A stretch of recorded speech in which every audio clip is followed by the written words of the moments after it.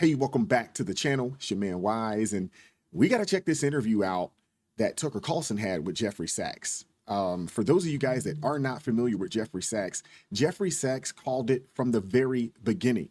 He said that the Ukraine war was a money laundering operation wrapped in a lie. And how did the mainstream media respond?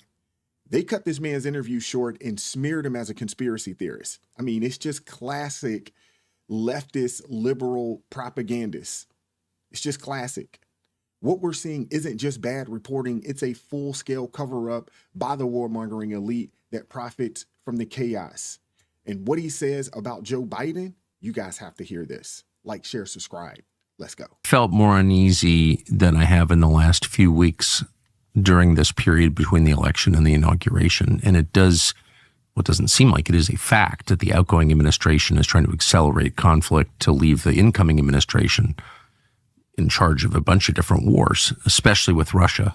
I have to say, I think the Biden administration has been the worst of our governments in modern history. And that's saying a lot because I'm a complainer. So I don't generally praise administrations. Yeah. Like to think of myself as a responsible, tough grader.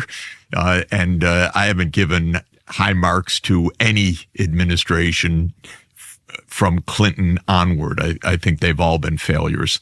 But Biden's administration has been a complete, shocking disaster, which has brought us closer to nuclear war, brought us into more conflict, didn't have one iota of diplomacy. I don't count diplomacy meaning you go talk to a junior ally. I mean diplomacy meaning you talk to someone on the other side to figure out how to appear not power. To escalate. Yeah, exactly. And we know, you know very well, and you heard it recently from the Russian foreign minister, that our Secretary of State and the Russian foreign minister have not spoken at all. That is insane. Think about how much money we've sent over to Ukraine, but there's been no conversation with anyone over in Russia, no type of potential negotiations for peace, nothing. But then again, it also makes you think, one, who's running the country, but two, does Biden even have the mental capacity to go and sit down and have those type of conversations with the Vladimir Putin? For years, this is the most mind-bogglingly stupid approach to our security and survival imaginable. And as far as we know, and this is what Lavrov said in his interview with you, Biden and Putin have not spoken once since February 2022. It's just unbelievable.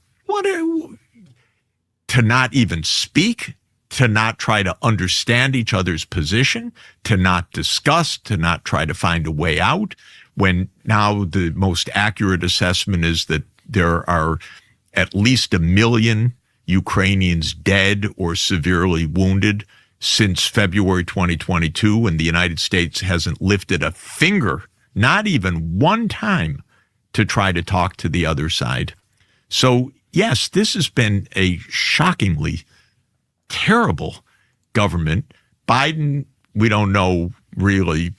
You may know, I don't know whether he's compos mentis. I don't know whether the guy thinks. I'm told till 4 p.m. he can still function to some extent. I don't know if it's true.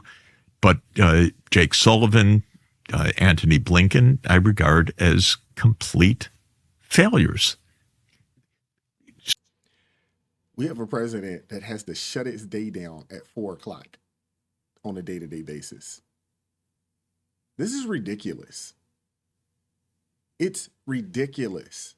And the fact that they're not having any conversations actually make us think that what Jeffrey Sachs said in reference to this Ukrainian-Russian situation, it makes it seem like this dude is 1,000% right in the sense of this is a opportunity to launder money through all of these, large government contracting firms that make tons of money off of the American war machine.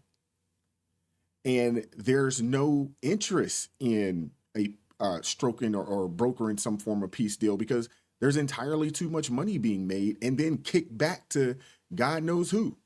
Sullivan's job is our security. He's not made us any more secure. He's made us profoundly insecure. And we're getting closer and closer to nuclear war. And the only way we avoid that realization is to laugh away every statement, and President Putin said it again today, by the way, that we are absolutely mocking Russia's serious red lines. Is that really for our security that we don't have a discussion about them even? And we're not. And everything, yes, is escalating. We see little fires being set all over the neighborhoods of these war zones. And it's not only throughout the Middle East and the drumbeat for war with Iran. It's not only Biden authorizing the use of long-distance strikes into Russia, which, as President Putin has accurately said and has not been denied by the United States, are actually U.S. strikes on Russia. But this is incredible. How would we feel if Russia were attacking the United States? Would we say... And trying to kill the president, which yes, we are trying to kill Putin right now. Would we say, that's just fine? Don't worry if Americans are getting a little upset about that. But that's literally what Biden has approved. And then we see hotspots around. You have to be, really into this to be following them. But in the country of Georgia, in the South Caucasus region, there's a little typical regime change maneuver that's been underway in recent weeks. It will not succeed, but the aim was to destabilize that region. The hand of the U.S. is absolutely clear in that. We see in Romania another bizarre episode where a presidential election was in its second round, and the lead candidate was saying we should end the war with Ukraine.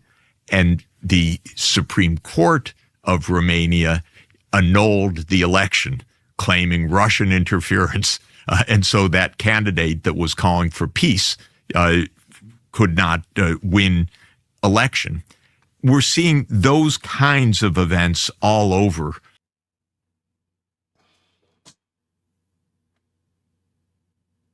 This is ridiculous, man. But we shouldn't be surprised, right? This is, again, an administration that has a connection to the establishment, a connection to the Bush era establishment. And we know exactly what they're about. Anybody that's pushing peace, anybody that is not for the industrial war complex, they are enemies to the establishment. And we know that Biden isn't really running things. And there are some people there that are pushing this agenda.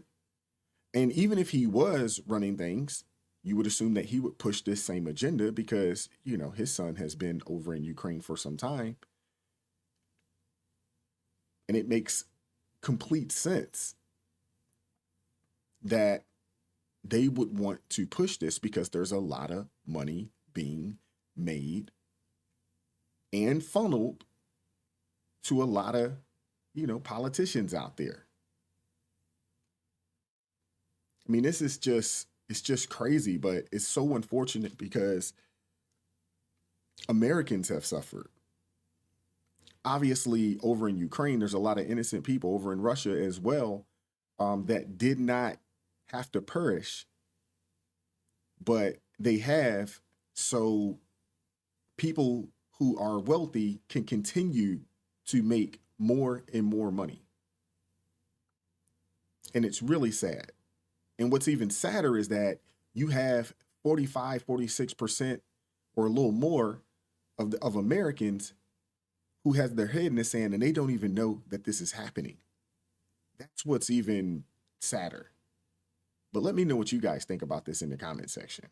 Like, share, subscribe, click that join button down below. Join the ARP family, or even better, buy me a coffee. Check out the description box below. There's a link in there to buy me a coffee. You can support the channel that way. We'll appreciate everybody who supports the channel. Keep God first in your life. Stay prayed up. And we'll catch up with you all next time. Peace.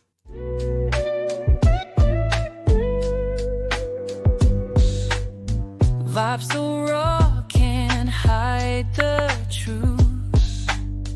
Words so sharp.